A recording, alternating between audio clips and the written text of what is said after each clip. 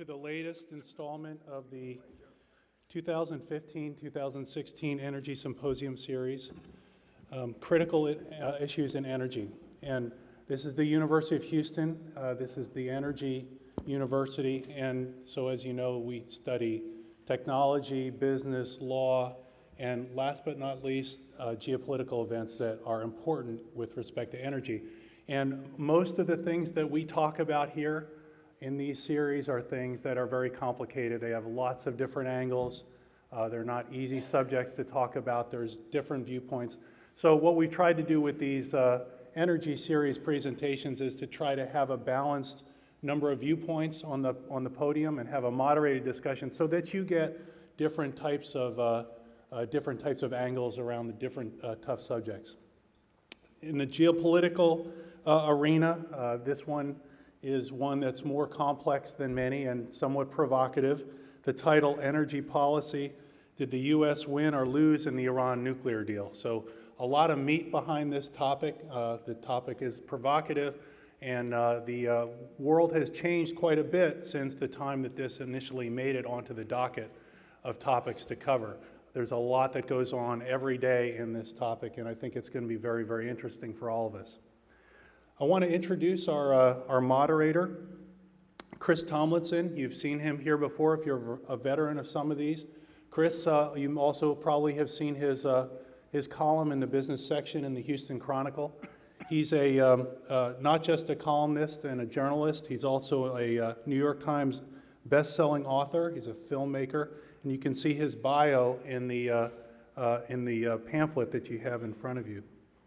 So without further ado, I'm going to pass it over to Chris, and again, welcome, and thank you for coming. Thank you, and welcome.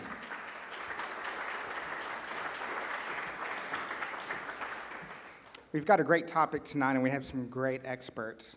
Perhaps very few countries in the world are as complicated, as vexing for Americans, or as difficult to understand the web of interests and alliances and just a very complex place.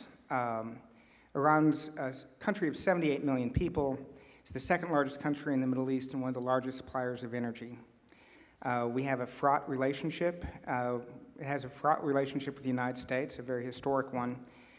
And yet, it is part of the global energy economy and a very important part of that.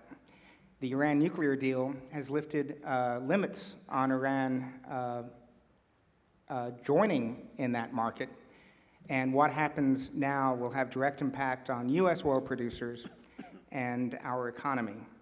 I'm very pleased to welcome a very distinguished panel, and I'm going to introduce one of them, each one at a time, and they'll kind of give 5 to 7 minute opening remarks. First up is Cliff Kupchan, who is chairman of Eurasia Group, a global risk and consulting firm, where he is practice leader, head of Eurasia and the Iran director. Much of his work focuses on Iran, Russia, and U.S. foreign policy. Kupchan works on Iranian nuclear, foreign, and domestic and economic policies, including the impact of international sanctions. Please join me in welcoming Cliff Kupchan.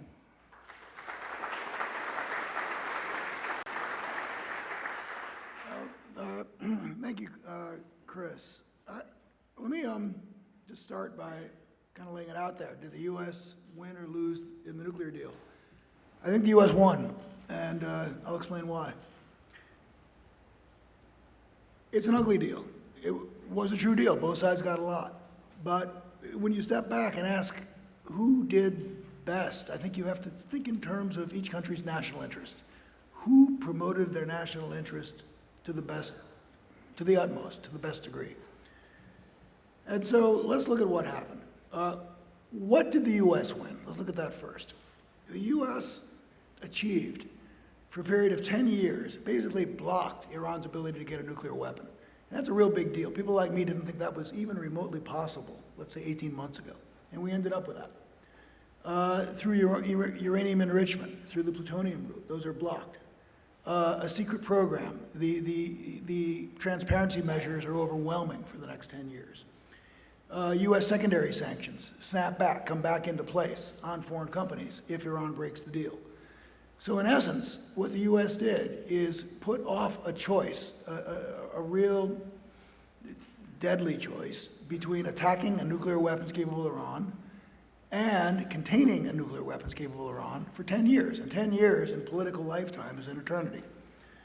And so to me, that is an extremely big accomplishment. Let's not forget that just 18 months ago, people like me were giving odds on Israeli strikes, the chance of Israeli strikes on Iranian nuclear assets. Was it 10, 20, 50, 60, 80%? I mean, a lot of people make a lot of money on that. And the chance is 0 for the next 10 years.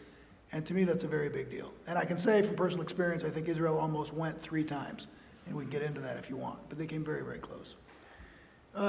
2 final comments on the U.S. side of this. We have to be very explicit here that there's a very important U.S. bet going on here. The bet is that over a 10-year period, the Iranian regime, government, will change in a way that is friendly to U.S. interests. Having been to Iran many times, I think it's a good bet. Iran is arguably, once you get past the Ahmadinejad crowd, and they're a separate, special bunch of people, but once you get past them, I think Iran is arguably the most pro-American country I've been to, once you scratch the surface. And then in judging the deal, I have to say that I would score, look, there's still a trade ban between the U.S. and Iran. No U.S. company, no U.S. person can have anything to do with trade with Iran. I think that's kind of a tie. It leaves us with leverage, the United States with leverage over Iran, but it's a big loss for the U.S. private sector. So I don't think that goes in either camp. So then what did Iran win? Iran won sanctions relief.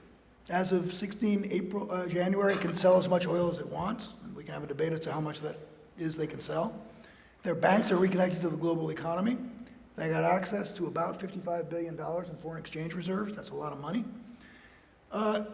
Most worrisomely, Iran, in about 13 years, and I can unpack that, I'm going to move a little quickly now, will have the ability again to develop a nuclear weapon in a very short time. That's the biggest loss on the U.S. part, and that's kind of a big deal. Moreover, there are no restrictions in the deal on Iran's foreign policy, on its regional policy, on its policy in Syria. But I think every one of Iran's quote-unquote wins carries a big rider, I would say.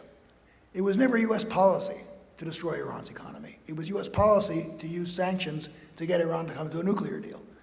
So is sanctions relief really a U.S. win, or an Iranian win? I don't think so. The 13-year thing, which worries me the most, we will have better intelligence on Iran's nuclear program, having looked into every part of its body for 13 years. If we, God forbid, have to carry out a nuclear strike, we'll be in better shape, in my view, in a decade than we are now. So that's qualified. The usual hit on the deal, which is that, well, they can go and do Syria and Lebanon and Yemen, and, what the hell do we do this for? Well, if we had linked, I would argue, regional behavior to the nuclear deal, there would be no nuclear deal because it would have been so complicated, nobody would have ever gotten out of the room.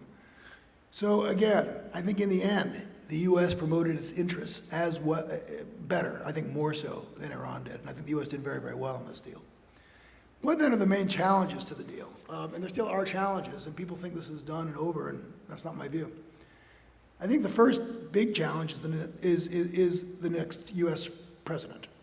If Mrs. Clinton or a Democrat wins, which in my personal view is the most likely outcome right now at this very early stage, I think the deal will be safe. The deal will be safe. If a Republican wins, it of course gets much, much trickier. And in particular, if Texas Senator Cruz or Donald Trump wins, I think it's under 50-50, but I think the deal's at real risk. Even Marco Rubio has written in the last but one issue of Foreign Affairs that the first thing he'd do as president is rip up the Iran deal. Well, that may be rhetoric, but it may not be rhetoric. And if it's not rhetoric, it's a big problem. So I think the Republicans do pose a real threat to the deal. Secondly, the U.S. Congress could impose new sanctions over Iran. If they do, Iran walks away from the deal. Third, Iran could fall out of violation with the deal. Sanctions go back on, Iran walks away from the deal. So there are lots of ways this thing could still fall apart. Let me, in the end of my 5 to 7 minutes here, just talk about the broad market implications of the deal. I'll leave the energy part to my energy colleagues. I think that it's going to be a very mixed bag as far as international corporates, international business generally. And I talked to a lot of them. Some IOCs, international oil companies, will rush back in. Some corporates will rush back in, viewing low production costs, lots of opportunity, and improved exploration and production contract structure, energy contract structure. We could talk about Iran's new contract structure as an opportunity. But I think most are going to react quite cautiously. Iran has a weak investment climate. Corruption is widespread. The judiciary is completely controlled by the conservatives. The banking and corporate sectors, they're on the verge of a banking crisis. It's going to be a very difficult place to do business. Related, where's Iran's economy going? And in closing, well, the IMF tells us that Iran is poised to grow over the next 2 years at about 3 to 4%. It's not bad. It's better than we're going to do. But that's mainly going to be on selling more oil, on getting foreign exchange reserves, access to foreign exchange reserves. In order to show sustained growth, the kind of growth that a foreign company would want to see if they're going to go in, Iran's going to have to show a whole lot of political will from the reformist side of their political spectrum. And I would argue that Hassan Rouhani is a centrist. He's a system person, the president of Iran. He's not necessarily at all a reformist. I don't think he's a reformist, and I've met him. I spent 3 hours with him in his office. So I don't think that Iran has the political will to get from here to there. And my own guess is that over the medium term, a lot of corporates are going to be looking around as part of an economy that's not doing all that well. So that's it. Thank you. Thank you.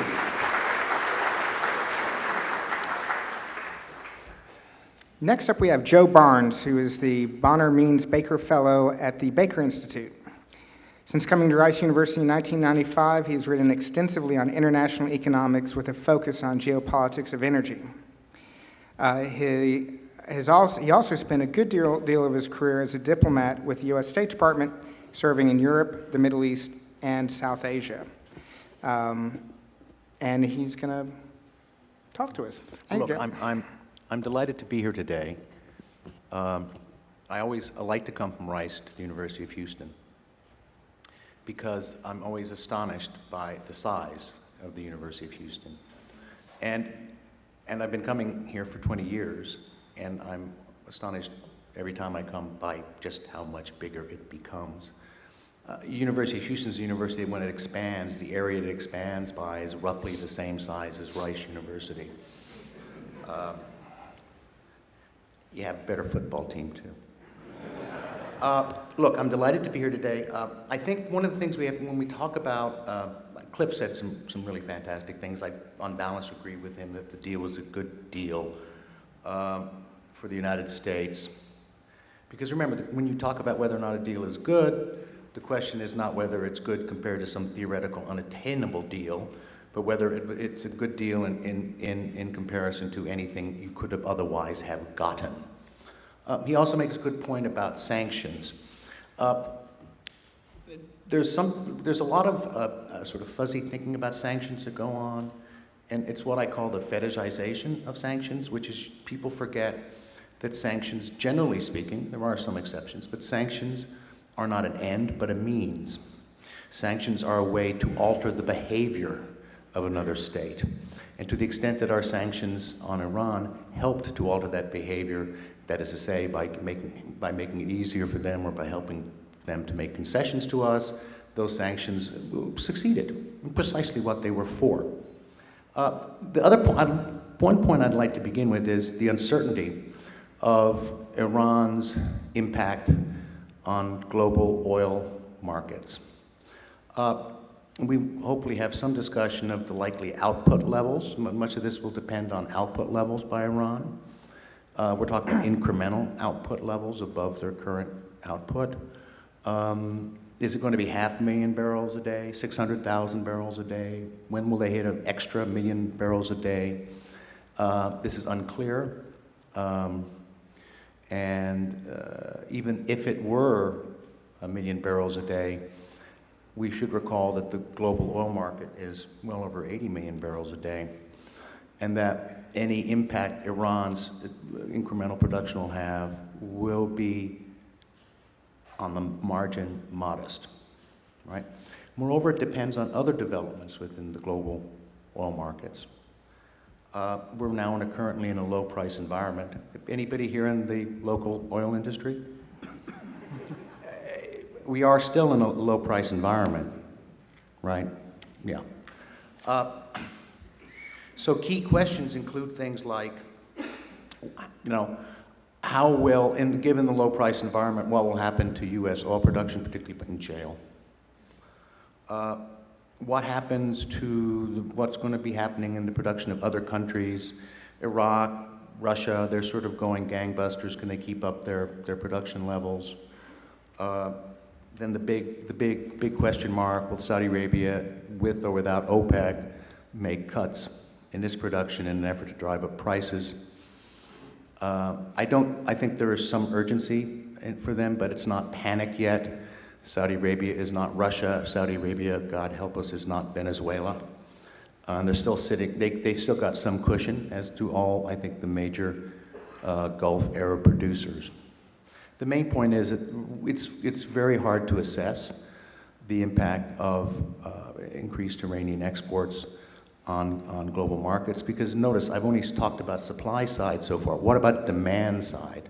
And here the big question mark is the economic performance of China during 2016, because China, of course, has been a major driver of demand for oil and therefore higher prices around the world. Just quickly on the Iran deal and will it hold, I happen to agree that it's likely to hold if we have Democrats. Rubio has said he would tear it up, and I think Cruz has too. I think all current Republican candidates detest it one way or the other. But I think even Cruz or Rubio will be constrained, absent a major violation by the Iranians. It's going to be very difficult to get the Europeans to come along on a unilateral. The Europeans would simply not go along with a sort of a unilateral U.S. repudiation. But I think Cliff is also right that there are other means that particularly the Republican Congress might use and a Republican administration might use in ways to put additional pressure on Iran in areas that are not directly associated with its nuclear program. We saw a little bit of that with a little bit of stuff going on with the visa waiver program. But I think we'll see lots more of that, and if a Republican comes into power, maybe lots more. And that is it for now, and I'm looking forward to the discussion. Thank you, Joe.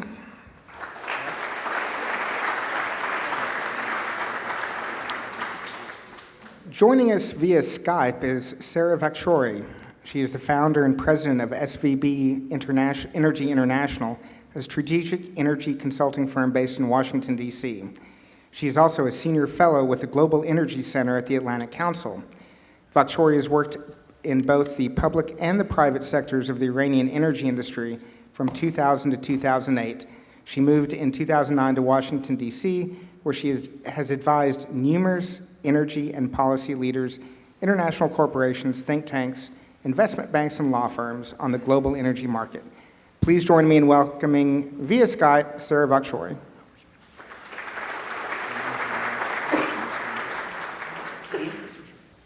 Thanks for having me, and I would like to apologize that I personally couldn't be there for tonight. I would like to focus a bit more on Iran's energy production rebound after the nuclear deal.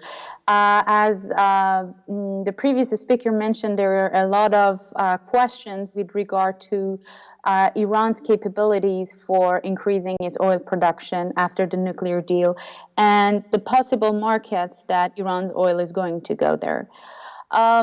Iranian oil minister and officials have announced that Iran has a capability of increasing its crude oil production up to 500,000 barrels per day a day after sanction removal, and additional 500,000 barrels per day 6 months after that. So according to what they were talking and planning, Iran was planned to increase its crude oil production up to 1 million barrels per day within 6 months after the sanction removal. However, we haven't seen that 500,000 barrels per day yet. Technically, we believe that Iran can increase its production up to 5 to 700,000 barrels per day of crude oil and additional 150 to 200,000 barrels per day of condensate. However, Iran's main challenge in the current oil market is to finding customers and sell this additional crude oil in the market. Currently, Iran has about 200,000 barrels per day of oil in liquid stored on the floating storages on its international underwaters on floating storages. This could supply for the next 3 months. Iran need to have term contractors or customers that are sure that are going to take this crude oil from the time that Iran is going to increase this production. If not, Iran has to start selling all of this crude oil production on the spot market and is going to lose a lot because not only it has to pay for tanker rents, if they are able to find any tankers to rent, the tankers' rents are skyrocketing at the current moment. And then they have to compete with Iraqi spot prices, which are way lower than Iranian oil prices. And the quality of Iranian crude oil is much higher than Iraqi oil. So they have to basically sell their oil for lower prices. And if you're a customer seeing Iranian oil on the water, you're of course going to demand higher discounts. At this current moment, Iran is really trying to engage from country to country level of cooperation. Iran's president have traveled a lot to different European countries. They could secure about 200,000 barrels per day of crude oil cargoes to go to Europe. And we are expecting that Europe would be one of the major markets that Iran could sell most of its additional oil because as you may know, since 2012 sanctions, Iran lost about 600,000 barrels per day of market share in Europe.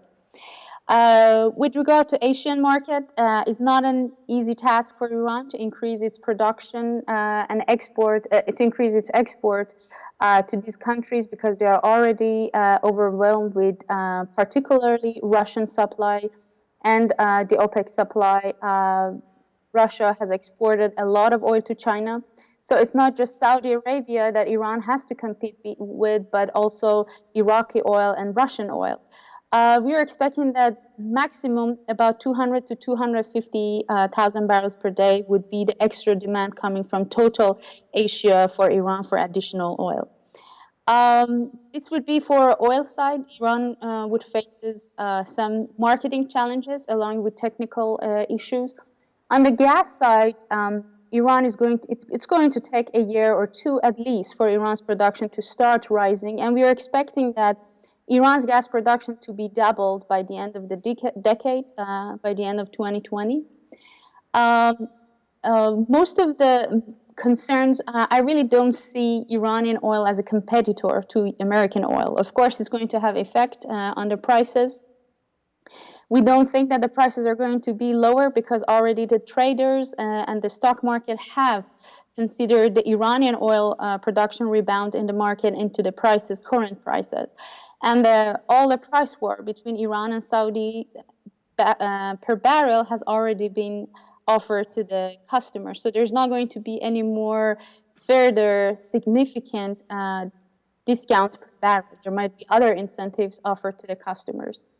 But on the gas side, there is we noticed a huge, significant interest from European countries to look into Iranian gas as an alternative. However, Iran has also lots of other domestic plans and international policies, export policies for its natural gas, and it's really unclear that how much Iran is going to have quantity-wise natural gas by 2020 to export to Europe. I'm going to stop here and looking forward to the rest of the time. Great, thank you, Sarah.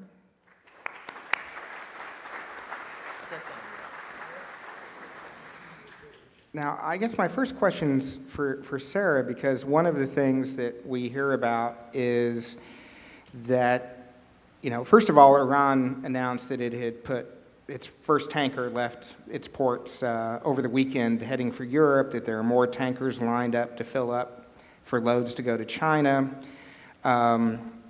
If we accept that the problem with the oil market right now is an oversupply, it seems rather ironic that as about 480,000 barrels a day is coming down off of the U.S. market due to declines, almost the exact same amount is expected to come online from Iran, and therefore the supply-demand situation doesn't change. What is your sense of, obviously, the announcement over the weekends that, the flow of Iranian oil has begun, and I wonder if you could clarify a little bit about about what you feel about the additional Iranian oil delaying the balance of supply and demand. The issue that you mentioned is very important. Almost all of Iran's production rebound would be the amount that U.S. oil production reduction is going to happen by the end of this year. But something that is very important is to look into the quality of crude oil and the markets that the two crude oil are going. Of course, on the whole, demand, supply, and fundamentals of the market, if you want to have a round number, of course, Iranian crude oil production is going to cover that U.S. Production reduction. But Iranian crude oil is a heavy and sour crude oil, and the U.S. oil is a very light crude oil. And both have different markets and are refined into different set of refineries. So for Iran's side, to sell its crude oil, the main competitors are those countries that are selling the same grade of crude oil, which is heavy crude oil, mostly OPEC members, Saudi Arabia, Iraq. Iraq has had a huge production increase in the past few years, and also to some degrees Russia, but United States and Iranian crude oil are really far. However, Iran is producing a significant amount of condensate. We could compare Iranian condensate. It's still there a lot different in quality with U.S. condensate, but Iran's condensate is part of its liquid export that goes mainly to China and some amounts to Japan. I could see to a certain degree that Iran's condensate could be a competitor for U.S. condensate, but on a crude oil, technically and market-wise, they are not really competing because there are huge differences between the grades of Iranian crude oil and the U.S. crude oil. Thank you.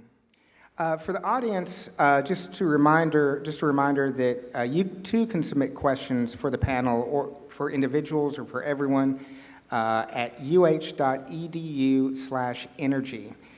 We've got a very capable assistant professor in the audience who's collating those questions and is going to come up here in a few minutes and begin asking them. So please send your questions now to uh.edu/energy. Cliff, you mentioned a little bit about the economic environment and the political environment that foreign countries are going to be heading into. I know there's apparently over 135 firms have expressed interest in investing in Iran's, upgrading Iran's oil industry. They need approximately $200 billion of outside money to finance 52 different projects. Can you comment a little bit about what these companies might expect? Well, I think they're going to meet a reception that I would call schizophrenic. On the one hand, they're going to get a lot of Rouhani government guys. We're going to be bending over backwards for these guys to come in, for foreign companies to come in. The 200 billion number is Minister Zanganeh's number,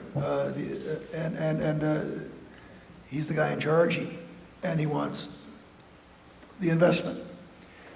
They're also going to come up against fierce resistance from vested interests in Iran.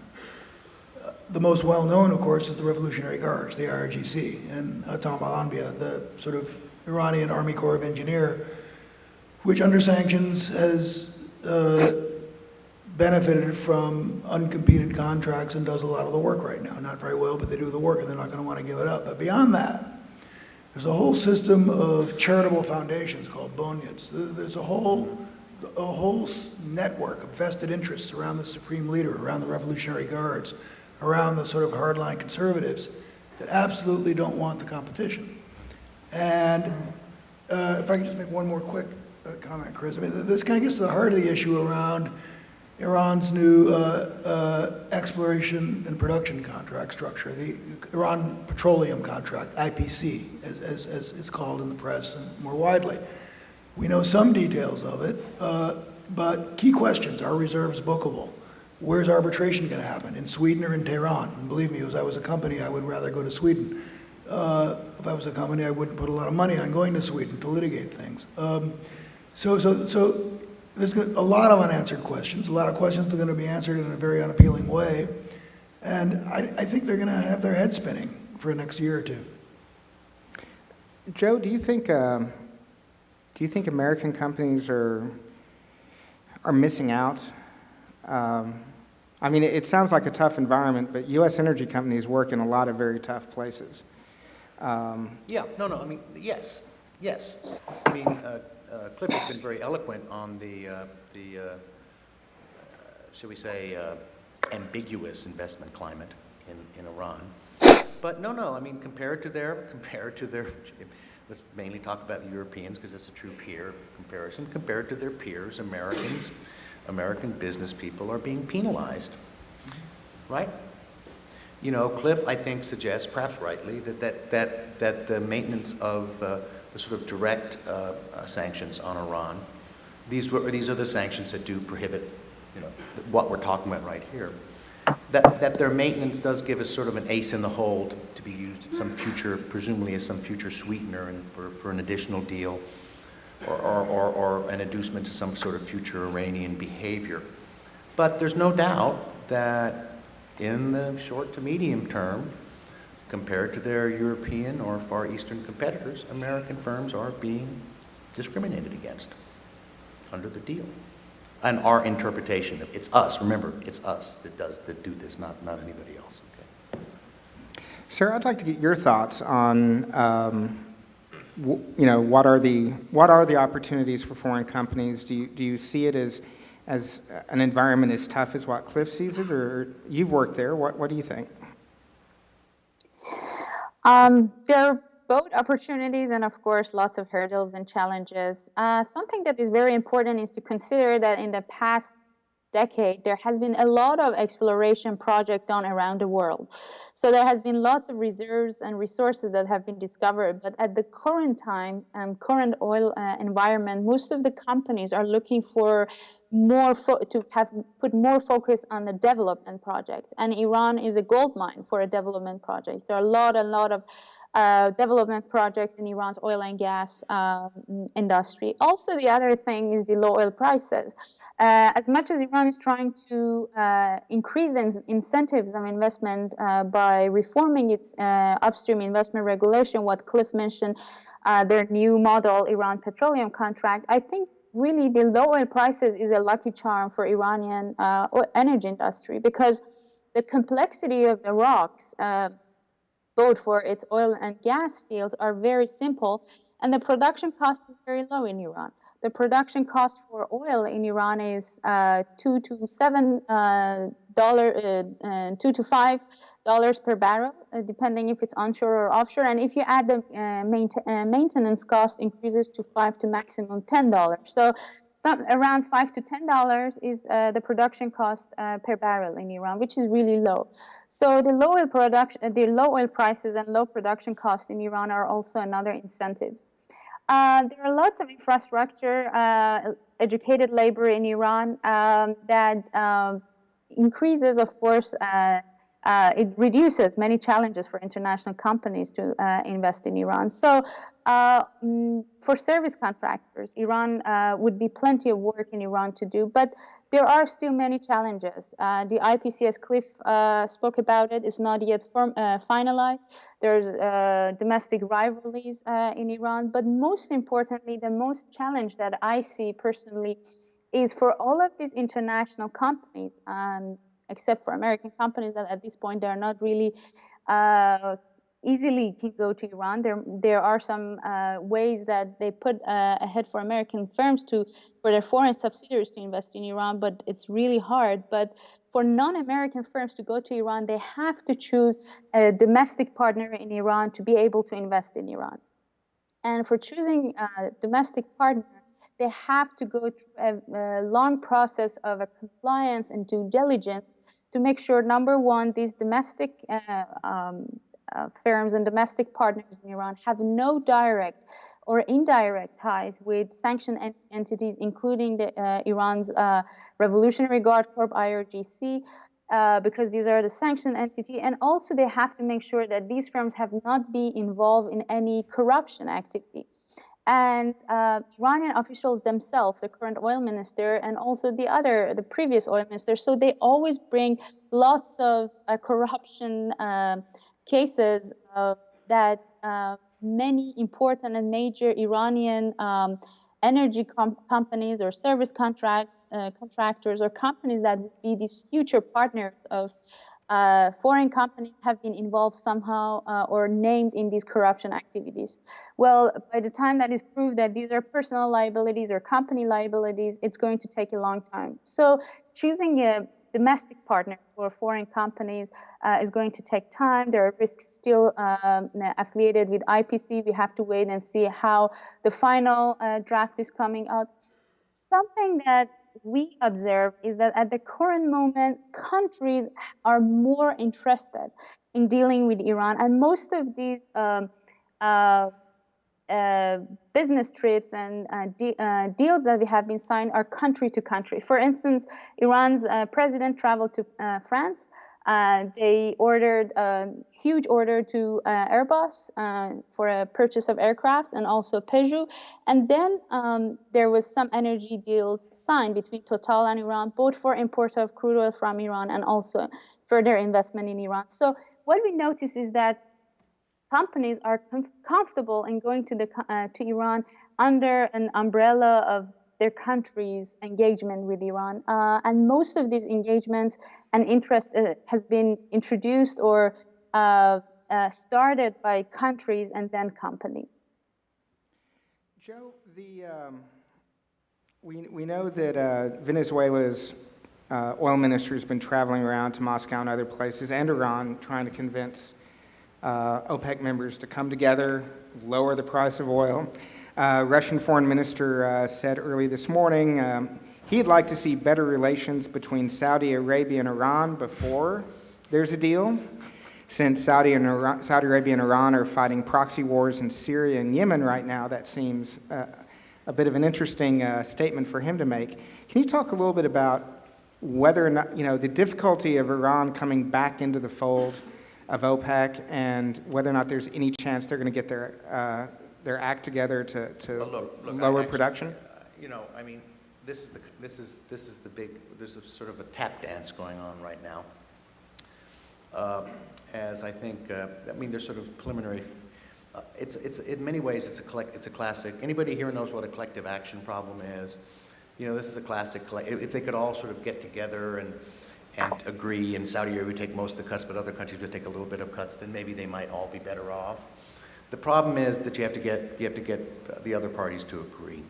Now look, it's not inconceivable that the Saudis could get some agreement outside of OPEC. They did so in the late 1990s when Ali Rodriguez, who was then head of OPEC, was a Venezuelan and a Chavez protege, got implicit cooperation from, for instance, the Mexicans. And I also believe, oddly enough, the Norwegians on cutting back production. So I think it's possible, but maybe the Russians will cut back, but it seems to me they need every nickel they can get, and Iran needs every nickel it can get And Iraq needs every nickel it can get. So it looks to me like if a cut's going to occur, it's going to be all Saudi. And the Saudis are going to have to look at it and say, we're going to be the people that have to bear the burden on this. I'm not saying there won't be a deal at some point, but there have been rumors of a deal ever since there wasn't a deal. So, I mean, maybe Cliff has some thoughts on this as well, but I'm not holding my breath. No, I don't think there's going to be a deal. You know, I think it's kind of fascinating, because I think what these countries are doing are taking turns applying upward pressure. Every time oil gets into the high 20s, some foreign minister trots out to a microphone and says, we're going to have a meeting, and it goes back up to 32. Then the market realizes it's been tricked, and it goes back down to 28, and then the Venezuelans come out, and, you know, that's the coordination you got, is lying to the market. They're coordinated lying to the market. And, you know, I work on all these countries. The Russians don't like the Saudis, and the Saudis and the Iranians I don't have to get into. I mean, I was in Riyadh 2 years ago, and I've been to Israel a lot, and I can have to say that the anti-Iranian invective I heard in Riyadh made the Israelis look like the junior varsity squad. It was absolutely stunning. Can I just add one comment here? There was a good question before about Iran coming back and its effect on market equilibration, because I think it's had a profound effect. Yes, there are different grades, but when the market looks at oil, it looks at oil in the aggregate. And in my view, the coming back of, you know, 500 to 1 million, we're on the higher side. We think they can close at 1 million, others don't, and that's fine. We can have that debate. But I think the market has really been delayed. I mean, we were thinking that the market would re-equilibrate probably next year. I think there's at least a 1-year delay. If you're looking at oil back into the high 50s, low 60s, I think Iran, Libya, and Iraq, possibly in that order, and we can talk about those cases if you want, are really delaying the equilibration of the oil market for at least 2 years. And that's a huge deal for, you know, a town like this, for Calgary, for global oil markets. So I think it's a big deal. Now, we talk a lot about the U.S. election and the U.S. politics, but in Iran, the three major groupings of politicians are very divided on this topic. They were supposed to, the Iranian officials were supposed to roll out a model oil contract next week in London. That meeting got canceled. It's no surprise that February 26th, there's going to be a parliamentary election, an election for the Assembly of Experts, and those are the folks who choose the supreme leader. What are the local, Cliff, if you could start out with this, what are the domestic politics in Iran of this deal, and is there a chance the Iranians could violate it and throw it on the fire? I don't think the Iranians are going to violate the technical terms of the deal, because I think Iran wants the money. Look, I think the U.S. did a very good job of framing the issue for the supreme leader. And the United States gave Iran a choice between a nuclear weapon and an economy. And how many chose an economy? And I think they're going to stick to that, because I think they want an economy. Now, beyond that, though, look, and a lot of what I do is repeat what smart people tell me. And a very top aide to the president of Iran told me, I asked him, I won't use his name, what's your greatest fear as to what could go wrong here? And he said, unmet expectations. And it kind of goes like this, that the Iranian public is through the roof on what they're expecting from this deal. And, you know, my own concern, I share this, I mean, you know, in my own way, I really love the country, is that FDI just won't flow in. In the next Iranian presidential election, which is, what, 2018, I think, a hardliner will show up and say, you know, in a debate, Hassan, you promised us a gold rush. You know, we're at 2% growth. You duped us. And a hardliner will take over again, who's opposed to the deal. So in some ways, I worry about Iran's cruise more than I worry about Texas's cruise. You know, there's been a lot of comments about Texas and Cruz here. But we're in Texas. Sarah, would you like to chime in on that? On the politics of IPC, or? Well, yeah, the internal politics of Iran and how important this deal is to Rouhani and how threatening it is, frankly, to some of the hardliners. It's always very hard to predict what would be the next step in Iran, and its cultural and political culture is really hard to predict. Something that I'm not worried is that if the government in Iran changes, there would be changes into the business terms, or if the IPC finalizes, there's going to be a change into that because just simply a president changed or there's a hardliner president. The good reason for that is just not too long ago in 2013, Iran's oil minister was Mr. Rostam Qasemi, who was a commander of IRGC, which we consider hardliners, and he offered a production sharing contract, which is much more flexible than IPC and has a direct conflict with Iran's constitution. This project was offered to ONGC Wedesh for developing Farzad B field. So this means that, and we really believe that Iran's different power centers, including hardliners and IRGC, are very pro-business in Iran, and they're not going to create a climate to push the investors out. But something that could change is that if the next president is an hardliner, Iran's foreign policy and Iran's policy in countries, let's say like Yemen or neighboring countries, could change.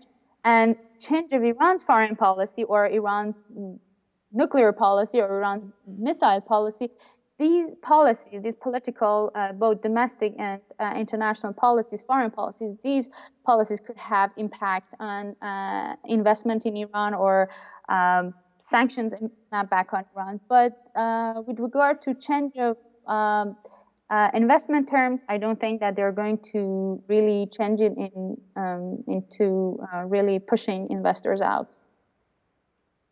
Thank you. I'd like to welcome to the stage now Dr. Imran Al-Badawi. He's the director of the Middle East Studies program here at U of H, and he's been monitoring the feed of your questions, and he's going to ask them on your behalf. Thanks. Hello, can everyone hear me?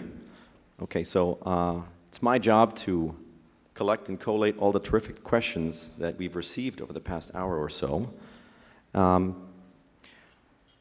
To begin with, there is, of course, a question about the many unknowns. There are still many unknowns as far as implementing the Iran nuclear deal. To what measure can we ensure, at least encourage, compliance as far as arms control if Iran is deemed not in compliance? So there are questions with respect to transparency. Is the current transparency sufficient? Is the whole deal a cover for the Iranian regime to shore up economic growth and power for their nuclear program? Cliff, Joe? Well, I'll turn it over to Yeah. Cliff. I mean, maybe you can talk about the snapback and things like that, or I don't know if that's going to get that granular. Look, you know, this is not a perfect deal, but it's a deal that does contain a lot of transparency, a lot of inspection requirements. But the main reason that I think the deal will work, at least I think there's a chance it will, and a good chance, is not so much the provisions of the deal, but what Cliff mentioned earlier, which is without the deal, and if there's an egregious violation, sanctions snap back, and Iran suddenly finds itself where it was a year ago in terms of its oil exports and other economic activity. So I think the chief reason that I think that the deal will succeed has nothing to do necessarily with the fidelity of the Iranian regime to its word or its belief in international agreements or anything of the sort, but sheer and basic self-interest. Yeah, let me, go into a little, just real briefly into sort of techno ether space here. The transparency provisions of this last for 20 to 25 years. That's a long time. And to give you an example of the kinds of things the United States achieved, we're going to have inspectors at Iranian uranium mines. A. B. We're going to have inspectors at the gates. Okay, so you take Yellowcake, which is the raw form of uranium out of the ground, then you mill it, you grind it into powder. At those milling plants, We're going to have inspectors watching how much powder comes out of every milling plant. So this is incredibly, unprecedentedly intrusive transparency. I mean, you know, they're really good. I mean, they are the creator of the front company, make no mistake about it. They could cheat, but they're going to really be tough, you know, up against a real wall here. Secondly, if Iran does get caught cheating, the snapback provision, U.S. secondary sanctions against European companies, yada, yada, yada, snapback, it was written in a way that is really ingenious. It kind of takes Russia's and China's veto out of the UN and gives the U.S. pretty much a unilateral right to snap back, to put back U.S. secondary sanctions on Iran. So I don't think that Iran's in a really tough place here as far as cheating goes. Okay, all right, thank you. The next question is addressed to Sarah Vakshuri, and it is, does the new availability of Iranian oil and gas reduce the dependence of Europe and Ukraine on Russian supplies? What new opportunities arise from this? Very good question.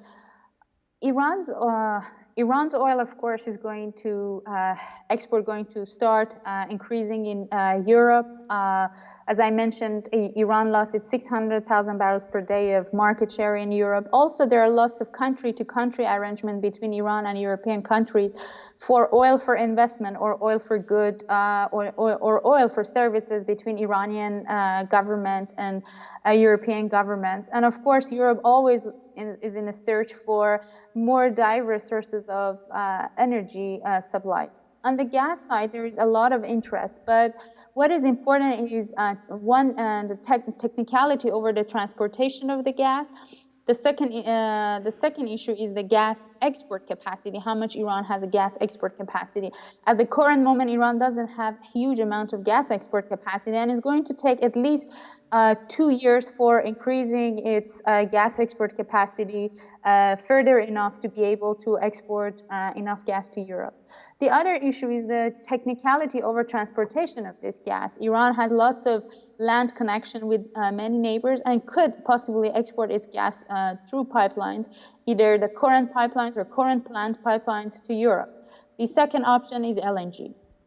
It's going to be some challenges for Iran to build the liquefaction factories and LNG on its land because most of the technology is a US patent and under the US sanctions, so it's not going to be an easy task for Iran to develop and build an LNG facility sometime soon to export gas into commercial levels to Europe. One option is that Iran exports its gas to Oman and use Omani LNG facilities to re-export this gas to Europe or any other destination. The other LNG option would be to using FLNG or floating LNG instrument. And going back to the pipelines, there are lots of political issues, and it's not an easy decision to finalize it. Iran has not really been able to finalize a gas export deals through pipeline except to Turkey and a deal that they signed with Iraqi government.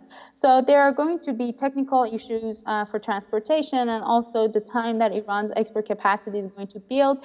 The other issue is a price issue. There is an important thing to note that Iran could be a great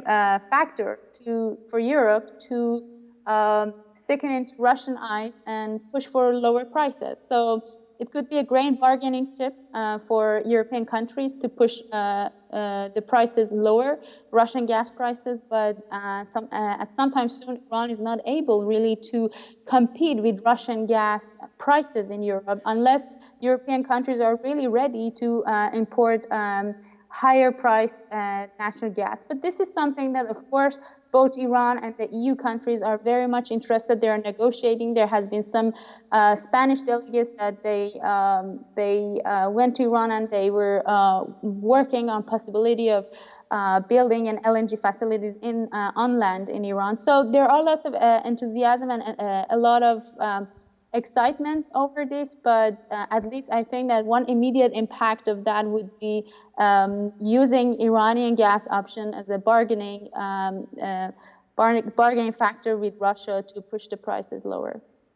Okay. Thank you very much, Sarah, for that very thorough answer. It's answered a number of questions here.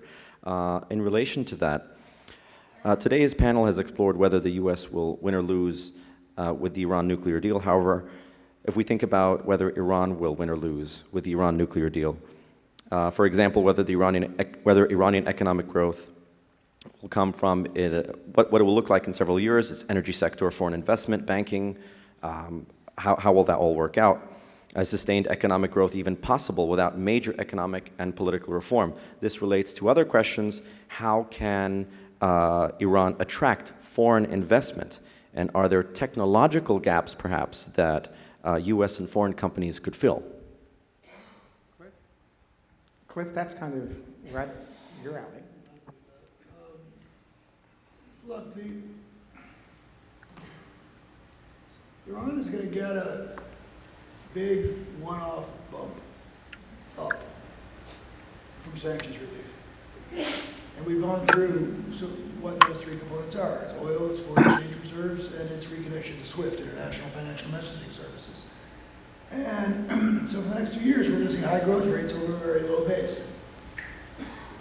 There are two sets of fundamental questions, though, beyond that, which will dictate the future of the Iranian economy over the next decade, I would say. First is the banking sector. Non-performing loans in Iran unofficially are running at 20 to 30%. There's no official number, but I think that's pretty reliable. Coming from people in Iran who I think really know their stuff. That's a banking crisis. The government has a tremendous amount of available domestic bank debt. They've just crowded out the private sector. The corporate sector is completely unreformed. It looks like the Soviet Union in the 1980s. Gas guzzling, inefficient. They have to lay off people and restructure. That's the first set of issues. Secondly, and briefly, Iran has a choice. They can stick with automotive production, mining, tourism, their old construction, their old sort of go-tos, or they can make a play for quote-unquote diversification. You know, what Russia and many other countries couldn't do. It's hard. And that means going into IT and services. If they can do that, if they can find the political will, they'll have a modern economy in 5 to 10 years. But that's going to be a real tough road to hoe. Okay, thank you. Next question is for Joe. Some U.S. allies and longtime adversaries of the Islamic Republic, notably Israel and Saudi Arabia, the Arab GCC states, strongly oppose the Iran nuclear deal. What political and economic effects will the deal have on our allies in the region? Is the Iran nuclear deal a contradiction of traditional U.S. Middle East policy or a new strategic shift for the 21st century? There are a number of questions about this relating to what will the deal do to stability in the region, and is there hope perhaps for normalizing cooperation and diplomatic relations? Well, look, you know, I'm one of those terrible wishy-washy people that give you both sides on a question. This approach is at one level. I'll get to the Saudis and the Israelis later on, and if I don't finish them, Cliff is quite capable of finishing the discussion. Look, to me, I always saw the Iranian deal as a way to solve a proximate problem that the United States had, which is Iran getting a nuclear weapon, and as a incremental step in improving very, very frigid U.S.-Iranian relations. A very preliminary step. I never felt it was it was the Salafid empire reborn, with the Iranians taking their new gains from sanctions to become the dominant imperial power in the Middle East. I never believed that. I also don't believe that there's any sort of obvious or easy track to full normalization of relations between the United States and Iran at this point. A lot has to happen, and a lot of things have to change in Tehran and in Tehran's policy, particularly in places like Lebanon, as it comes to mind, but elsewhere as well, Syria. Look, it's no surprise the Israelis and and the Saudis didn't like the nuclear deal. They are friendly countries to the United States, or countries with whom we share a number of interests. But it is inconceivable to me that we would ever imagine that the United States and another country, no matter how friendly that country would everywhere and always share the same interests. I find the fact that we disagree with our allies to be unsurprising and not worthy of panic. The Saudis, the Israelis have been disenchanted with us for a good while. I think the Iran deal was part of it. I don't think that Prime Minister Netanyahu much cares for President Obama, and hasn't cared much for President Obama since rather early in President Obama's term. The Saudis started losing some faith in the United States with what they believed to be our betrayal of Hosni Mubarak in Egypt. I don't think those relations between the United States and Israel and Saudi Arabia are destroyed. I think they are afraid at the edges a little bit, but I think the differences are still manageable, and there's still vast scope for cooperation between the United States and Saudi Arabia on the one hand and Israel on the other, in areas where we do have convergence of interest. Anything? Cliff, do you want to add anything? No, I mean, I guess I'm a little bit slightly more optimistic in that I think the deal, more exposure to foreigners. I mean, there's a, I don't know. I mean, the press isn't all, it's, you know, the press isn't great sometimes. I mean, there was a recent article about how the government and the Iranian state businesses are the big winners from the deals, but the reporter should have known that, like Iran Hydro, the automotive manufacturer, yeah, they're getting a lot out of the deal, but they source most of their parts to the Iranian private sector. So in the first 2 or 3 weeks after the deal, well, of course the private sector is not winning, but over the next year, I think the private sector in Iran is going to get a big boost from the deal. So, I mean, my bottom line is this deal is going to unleash forces in Iran that are going to really press any supreme leader to keep a lid on the place. So in a 5 to 10 year period, I think there could be a significant improvement in U.S.-Iranian relations. I'm always glad to hear anyone who's the slightest bit optimistic about the Middle East. Thank you. Next question is addressed to Sarah, and this refers, of course, to the, I believe, the era of low prices, or the period of low prices that we are in currently. Houston energy companies have suffered layoffs and cutbacks in recent months as a result of record low oil prices. The Iran nuclear deal will have a further impact on the U.S. economy, as it will this city. What would you say to Houston businesses and the Houston business community, some of which are in this room, today looking to Iran for potential partnerships and opportunities, or anxious about further economic problems? First of all, I should say that I'm in compliance with U.S. laws, and I cannot give any commercial advice. So I'm just giving an analysis or idea. This is not a commercial advice. With regard to impact on the U.S. economy and the city's economy, it's important to know that all of these oil price sink is not really because of Iranian oil production. Iranian oil production was out of the market since 2012, more than half of it, and the prices have been reducing significantly. There are other countries that we can look at, like Iraq, that they had much more production rebound that Iran had in the past couple of years, or Saudi Arabia, or Russia, and also, of course, the US production that increased significantly. Iranian oil production rebound is not going to be really significantly, and the price reduction from above $100 to where it is now is not really because of Iranian crude oil, because it was out of the market. And the amount of Iranian crude oil that is really coming back is not that significant that is going to really push the prices into a more significant ranges lower, or be able to maintain the prices alone as just a sole or alone factor for long term. With regard to engaging businesses in Iran, of course, there are lots of sanctions and restrictions. If you think that you could have a foreign subsidiaries that is completely separate from a U.S.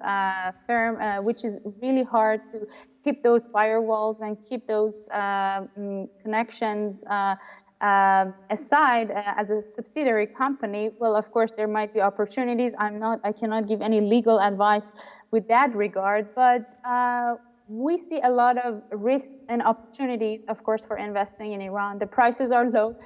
There's lots of opportunities. If you are a seismic company, if you are a service company, so there's a lot of different sectors and different parts that investors could invest, or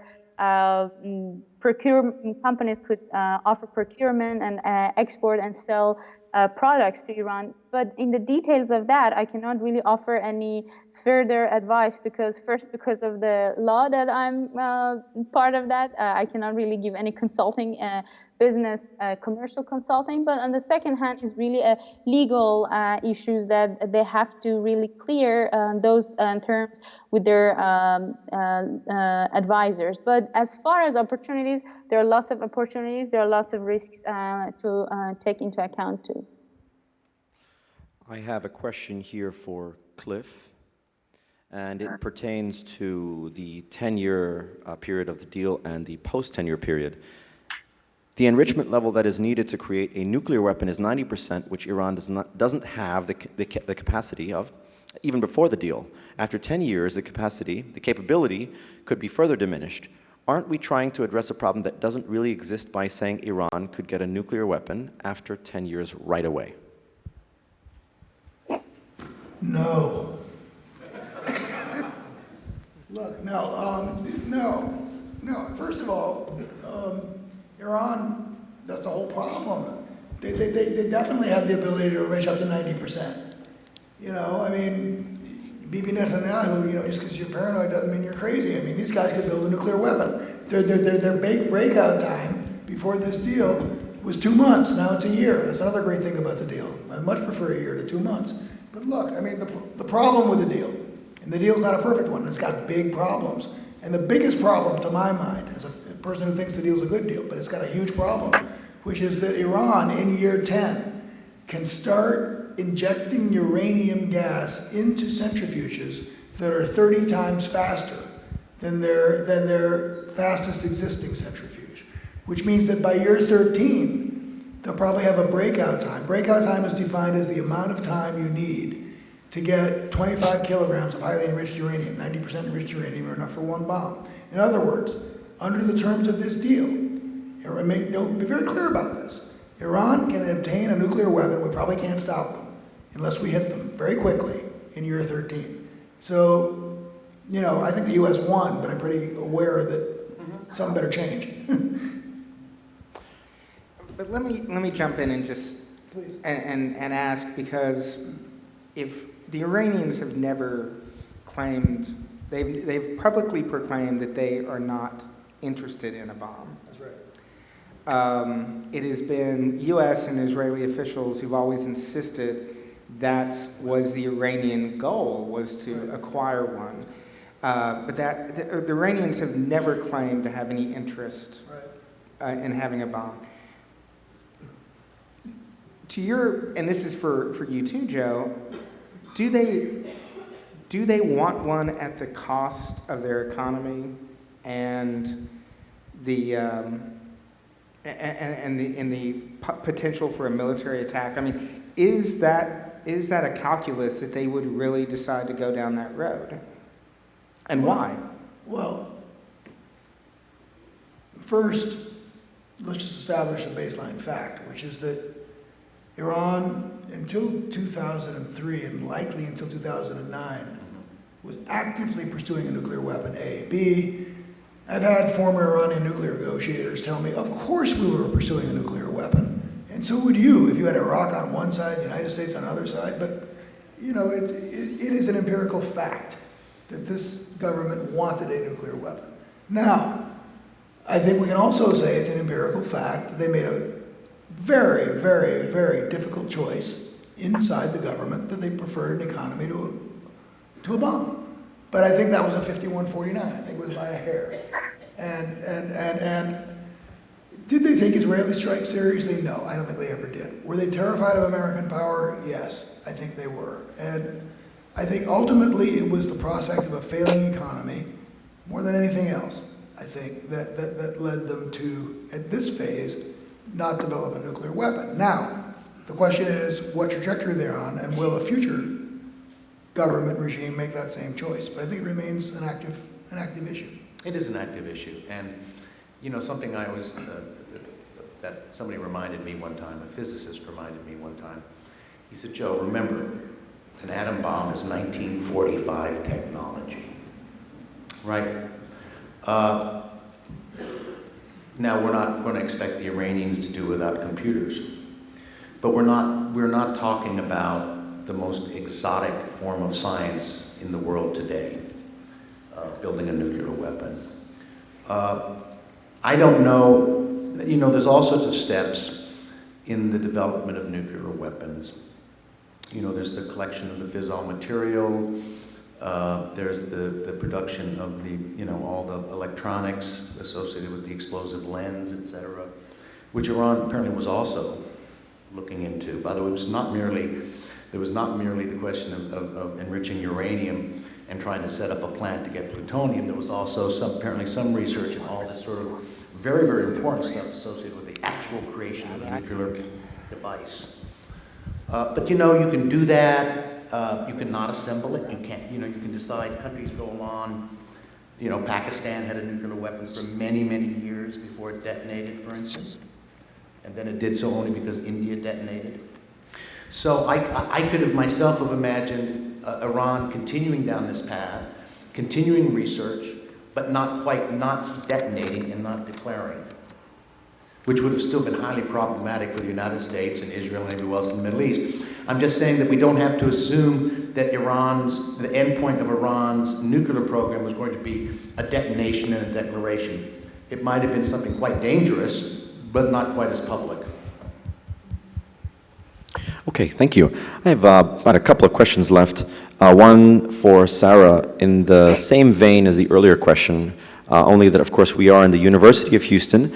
A number of petroleum engineering students, I'm sure, are anxious, thinking about their graduation prospects, say, within the next 2 years. So what would you want to say to the students of petroleum engineering today? I really don't know. I have no special advice, but I think that oil and petroleum is something that always is in demand, and as a political engineer, they of course could always have a good job. So keep their spirit high, and in the next 3 years that they're going to graduate, we are expecting that the prices are going to be higher than what it is today. So perhaps they're in a good timing. By the time that they finish the university and graduate, there should be plenty of opportunities for them. There's some much-needed optimism. I have faith, myself, I have faith in the youth of America. Okay. I do have one more question. Is that all right, Chris? I have a comment for Cliff, and maybe just a question for both of you gentlemen. There are a couple of comments on the pro-America nature of Iran. We have a couple of comments saying, thank you, it's true. You're welcome to, of course, comment about that. But I do have a pointed question. I do have a pointed question about why does the media misrepresent the billions of dollars going to Iran now as a gift rather than unfrozen Iranian funds?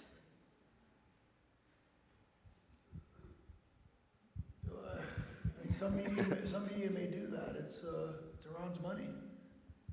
You know, we're giving them the right to their money. I can't speak for the media. That's wrong.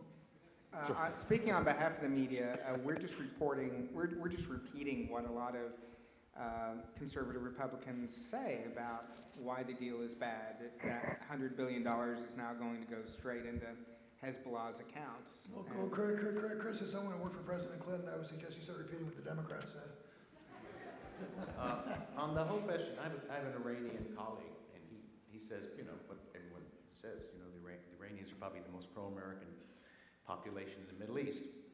But he also laughs and says, but of course, as U.S.-Iranian relations get closer, that number will change. In other words, he says there's an element to which America, at this point, because America's been the enemy so long, America embodies all those things that Iran does not currently have. It's sort of like an imaginary girl or boyfriend. But once you actually have to deal with the United States as a friend, you might not love us so much. Chris, can I just make one Sure, yeah. one comment here? I mean, when we talk about the future of U.S.-Iran relations, I do think it's important to be very sober. That this is a government. I don't like the word regime because regimes are bad and governments are good. I just don't like that word. But the Iranian government, for many years, has been producing weapons that were intended to and did kill American soldiers in Iraq.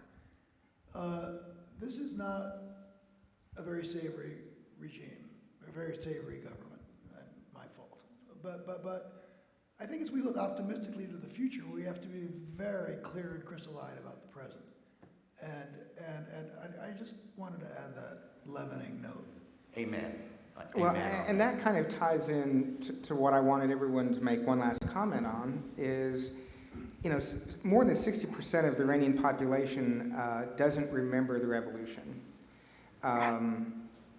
It is, and the United States has a long history of dealing with unsavory governments, be it Communist Party in China or the apartheid government in South Africa.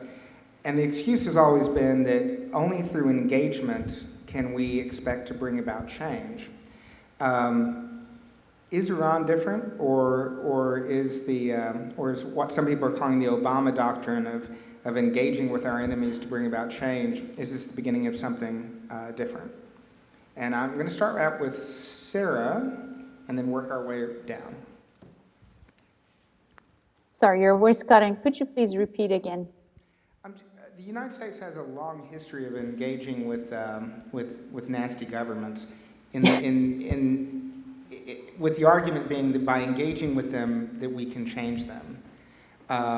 With 60% of the Iranian population too young to remember the revolution, is this a wise strategy, and is this a potential to move forward?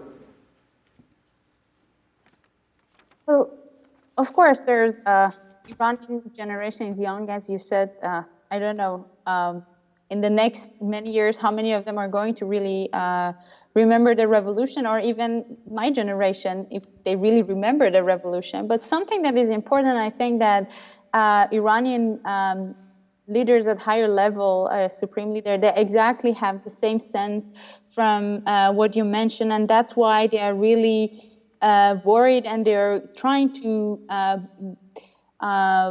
emphasize that the nuclear deal doesn't mean any normalization of relation between Iran and US. And I think that's what exactly they're expecting, and they're worrying. I personally don't see that happen sometimes really soon, because there has been lots of emphasis and lots of talks about the country and the administration. They all should be cautious of not being influenced by U.S. Or not thinking of normalization with U.S. But I don't think this relation is going to be something that's going to last, this bitterness forever. Of course, things are going to improve, but I don't see that improvement a rapid and a quick improvement. But I think that even the culture, in the U.S. culture, and like in many other countries, is very much normal and understood by younger generation, and people know what exactly. So it's not very far to understand for Iranian younger generation. But then it comes to a higher level of decision making, if the higher level leaders in Iran are ready to normalize this relation. And I guess part of that uncomfortness is the same thing that you said, is their expectation that if they normalize their relation with US, they have to give up on different principles that they have.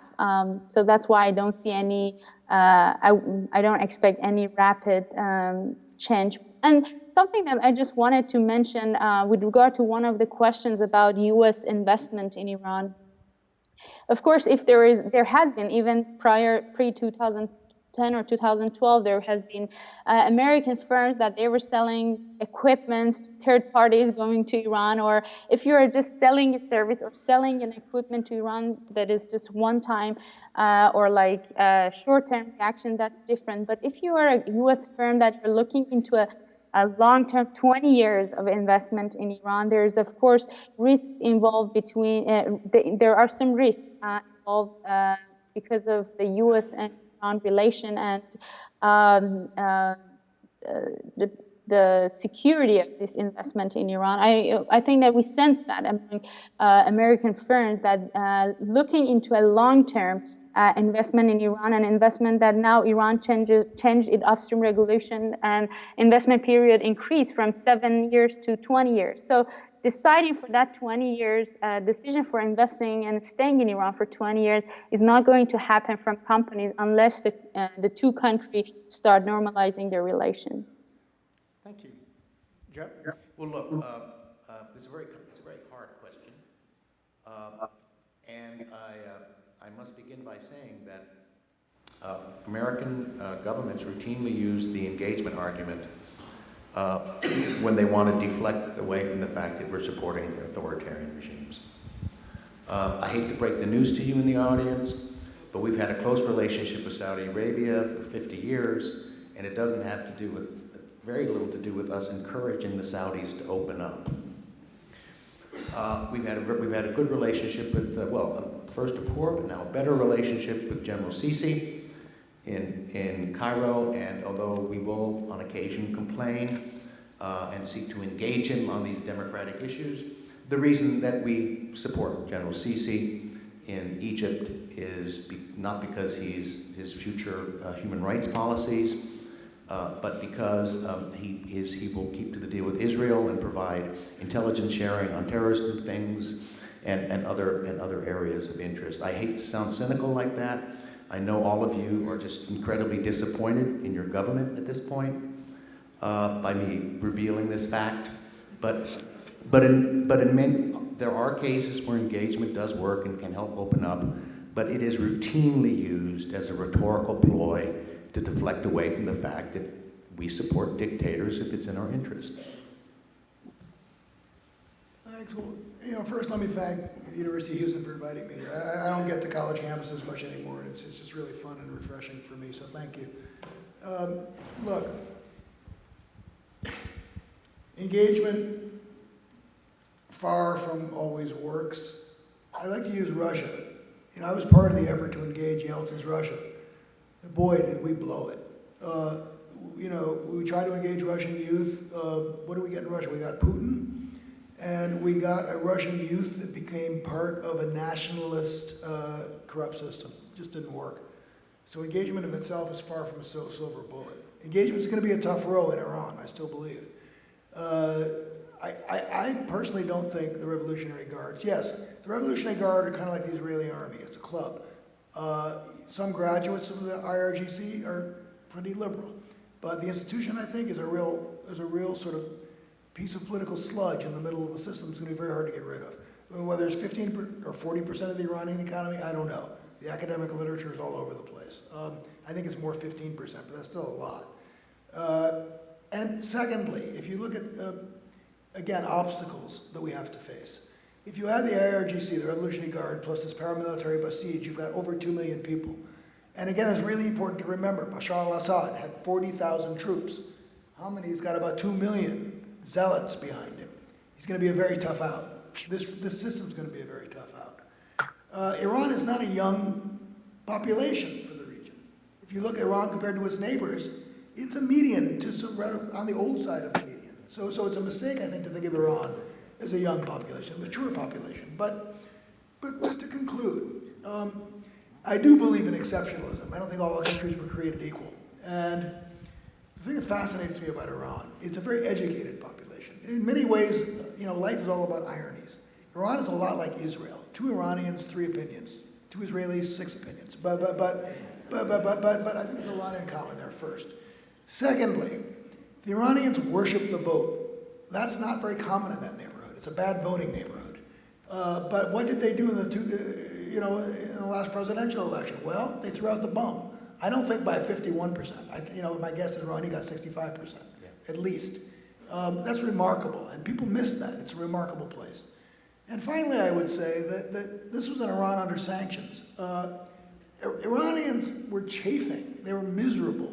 They were angry about getting kicked out of the international system. You compare Iran to North Korea, you know, they'll spit at you. I mean, it's a very, very, very proud people. So that in the end, I think this is a very engageable place. I don't think it's Russia.